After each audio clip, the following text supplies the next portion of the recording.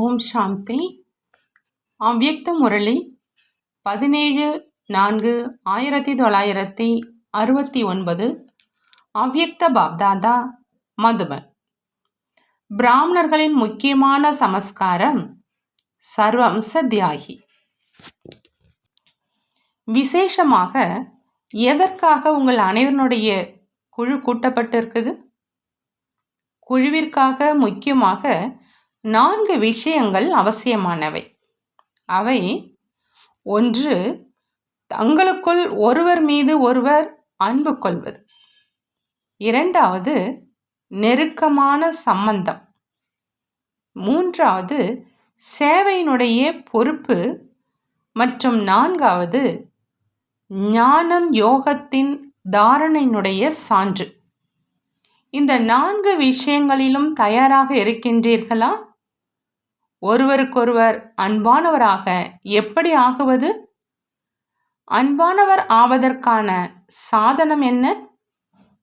ஒருவரை ஒருவர் விலகி போவதற்கான காரணம் என்ன அப்படின்னா, ஒருவர் மற்றவது சமஸ்காரம். ஒருவர் மற்றொருவரது சங்கல்பம் இணையறது கிடையாது. அனைவருடைய சங்கல்பம் சமஸ்காரம் ஒருமித்ததாக எப்படி ஆக முடியும்?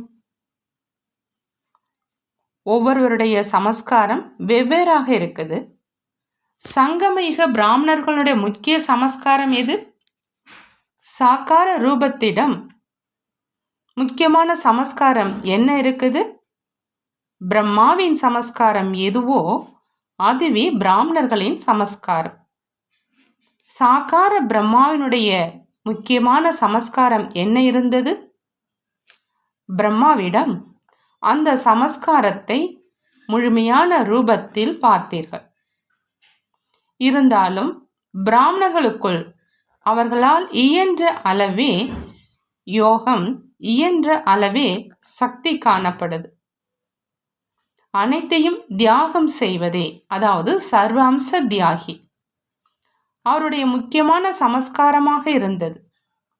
நீர் அகங்காரி என்றாலே சர்வம்ச தியாகி ஆவதாகும். தன்னுடைய அனைத்தையுமே தியாகம் செய்வது, விடுவது. சர்வம்ச தியாகி ஆகிறதுனால சர்வ குணங்களும் வந்துடுது. பிறருடைய அவகுணங்களை பார்க்காமல் இருப்பதும் தியாகமே. தியாகம் செய்யும் பயிற்சி இருந்தால் இதையும் தியாகம் செய்ய முடியும். சர்வம்ச தியாகி அப்படின்னா தேகத்தின் உணர்வையும் தியாகம் செய்வது. ஆகையினால் பிராமணர்களுடைய முக்கியமான சமஸ்காரம் சர்வம்ச தியாகி என்பதாகும்.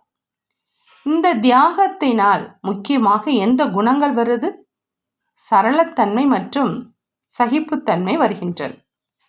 யாரிடம் சரளத்தன்மை மற்றும் சகிப்புத்தன்மை இருக்குமோ அவங்க பிறரை அவசியம் கவர்ந்து ஈர்ப்பாங்க. மேலும் பிறருக்கு அன்பானவராகவும் ஆக முடியும். ஒருவேளை சரளத்தன்மை இல்லை அப்படின்னா அன்பும் இருக்க முடியாது. ஒருவருக்கொருவர் அன்பானவர் ஆவதற்கான வழி இதுதான். 1. தேக சகிதம் சர்வம்ச தியாகி ஆவது. இந்த சர்வம்ச தியாகத்தினால் சரளத்தன்மை, சகிப்புத்தன்மை தானே வந்துடும். சர்வம்ச தியாகியினுடைய அடையாளமே சரளத்தன்மை மற்றும் சகிப்புத்தன்மை. சாக்கார ரூபத்தில் கூட எந்தளவு ஞானம் நிறைந்தவராக, அதாவது பிரம்மபாபா இருந்தாரோ அந்த அளவு சரள சுபாவம் உடையவராகவும் இருந்ததை பார்த்தீங்க இல்லையா? இந்த சரளத்தன்மையையே குழந்தை பருவ சமஸ்காரம் அப்படின்னு சொல்லப்படுது. பெரியவருக்கு பெரியவராக, குழந்தைக்கு குழந்தையாக இருந்தார். உங்கள் அனைவருடைய நடத்தை தந்தை மற்றும் தாதாவின் சித்திரத்தை வெளிப்படுத்தக்கூடியதாக இருக்க வேண்டும். சொல்வதால் அல்லாமல் நடத்தை மூலம் சித்திரம் வெளிப்படும்.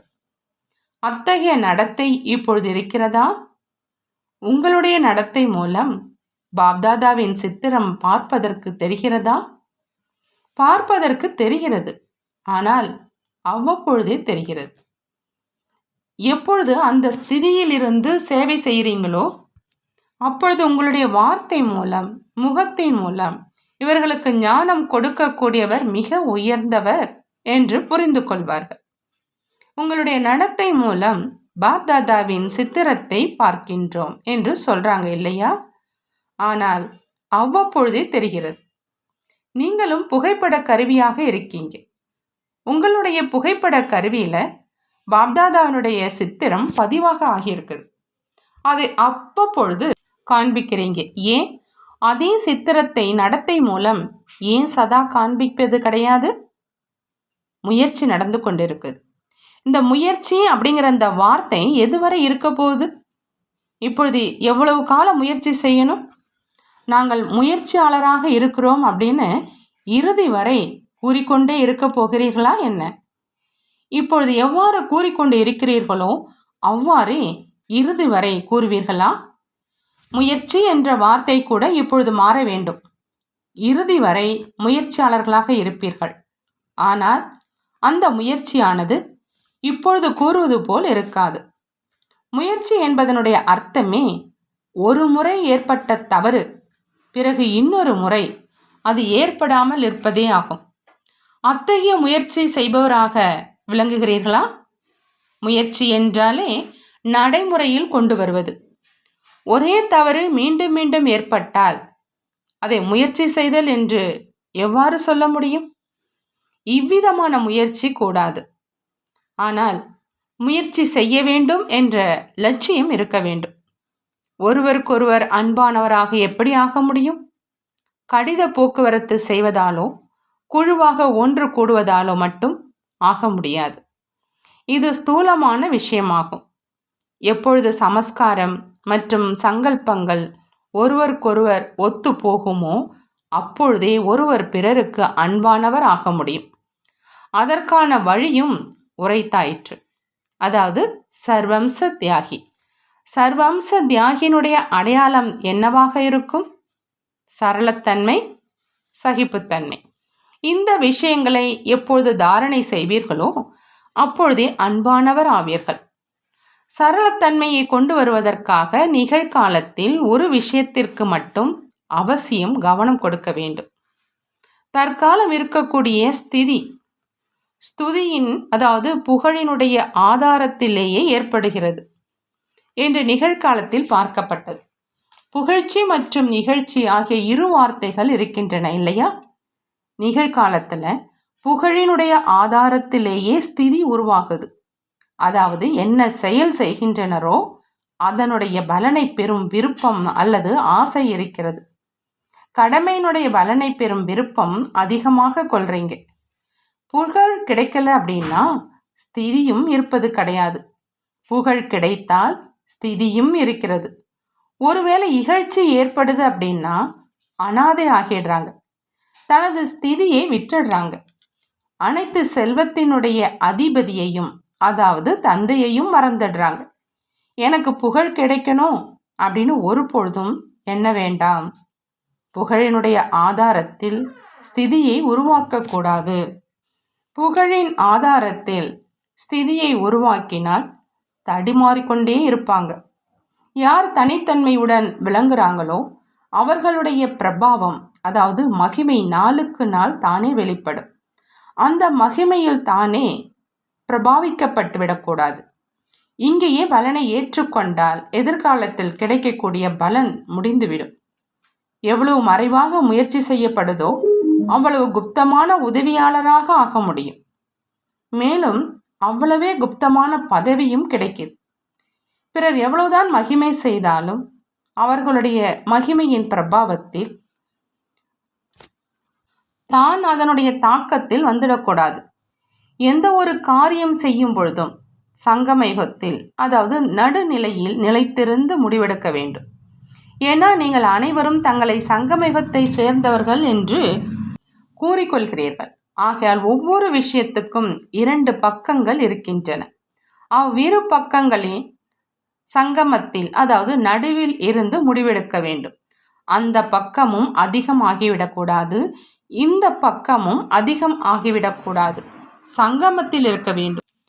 சங்கமயுக பிராமணர்களாகிய உங்களுடைய காரியங்கள் என்ன நடக்கின்றனவோ அவை நடுநிலையில் இல்லை. இந்த பக்கமோ அல்லது அந்த பக்கமோ சென்று விடுகின்றது.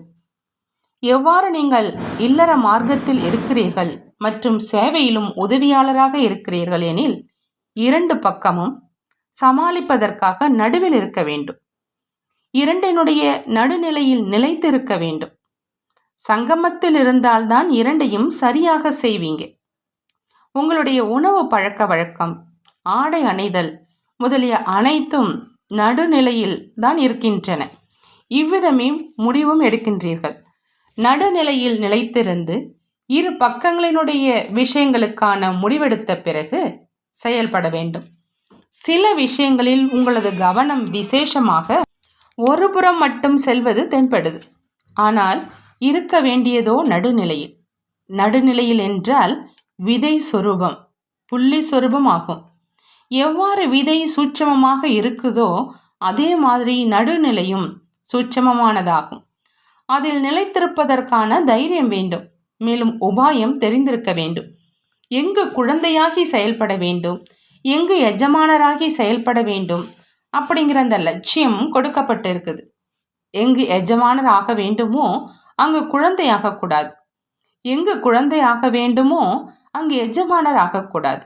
இது கூட பலரால் தவறாக புரிந்து கொள்ளப்படுகின்றது. இந்த சோதனையும் அதிகம் செய்ய வேண்டும். குழந்தை நிலையும் முழுமையானதாக, தலைவன் என்ற நிலையும் முழுமையானதாக இருக்க வேண்டும். ஆகையினால் சங்கமத்தில் நிலைக்க வேண்டும் என்று சொல்லப்பட்டது. குழந்தையாக மட்டும் ஆகக்கூடாது. இரண்டு குணங்களும் இருந்தால் அனைத்தையும் சரிவர செயல்படுத்த முடியும். குழந்தை நிலை என்றால் நிர்சங்கல்பம் உடையவர் ஆகி என்ன கட்டளை கிடைக்கின்றதோ, வழிகாட்டுதல் கிடைக்கின்றதோ அதன்படி நடப்பதாகும். எஜமானர் என்றால் தன்னுடைய கருத்தை வெளிப்படுத்துவதாகும். எந்த இடத்தில் தலைவனாக வேண்டும் என்று அந்த இடத்தையும் விஷயத்தையும் பார்க்க வேண்டும். அனைத்து இடங்களிலும் எஜமானர் ஆகக்கூடாது. மேலும் தலைவனாக மட்டும் ஆகவும் கூடாது. எங்கு குழந்தையாக வேண்டுமோ அங்கு ஒருவேளை எஜமானர் ஆகிவிட்டால் பிறகு சமஸ்காரங்களுடைய மோதல் ஏற்பட்டுவிடும். ஆகையால் தங்களுக்குள் ஒருவருக்கொருவர் உதவியாளர் ஆவதற்காக இரண்டு விஷயங்களையும் தாரணை செய்ய வேண்டும். இல்லையெனில் சமஸ்காரங்களினுடைய மோதல் ஏற்படும். எங்கு குழந்தையாக வேண்டுமோ அங்கு தலைவனாகி விடுகின்றனர். இருவர் தலைவன் ஆவதனால் பிறகு சமஸ்காரங்களுடைய மோதல் ஏற்படுது. தலைவனாகவும் ஆக வேண்டும், குழந்தையாகவும் ஆக வேண்டும். கருத்தை வெளிப்படுத்தும் பொழுது எஜமானராக ஆக வேண்டும். பிறகு எப்பொழுது முடிவெடுக்கப்படுகிறதோ அப்பொழுது குழந்தையாகிவிட வேண்டும். எந்த சமயம் குழந்தையாக வேண்டும், எந்த சமயம் தலைவனாக வேண்டும் என்பதை கூட புத்தியால் தீர்மானிக்க வேண்டும். எந்த சமயம் எந்த சொரூபத்தை தாரணை செய்ய வேண்டும் என்பதை கூட சிந்திக்க வேண்டும். பல வேடதாரி ஆக வேண்டும் இல்லையா? எப்பொழுதும் ஒரே ரூபத்தில் இருத்தல் கூடாது. எப்படி சமயமோ அப்படி ரூபம் தரிக்க வேண்டும். எதிர்மறையான விதத்தில் பல வேடதாரி ஆகக்கூடாது. சரியான விதத்தில் ஆக வேண்டும். நல்லது. ஓம் சாந்தி. நன்றி பாபா, நன்றி.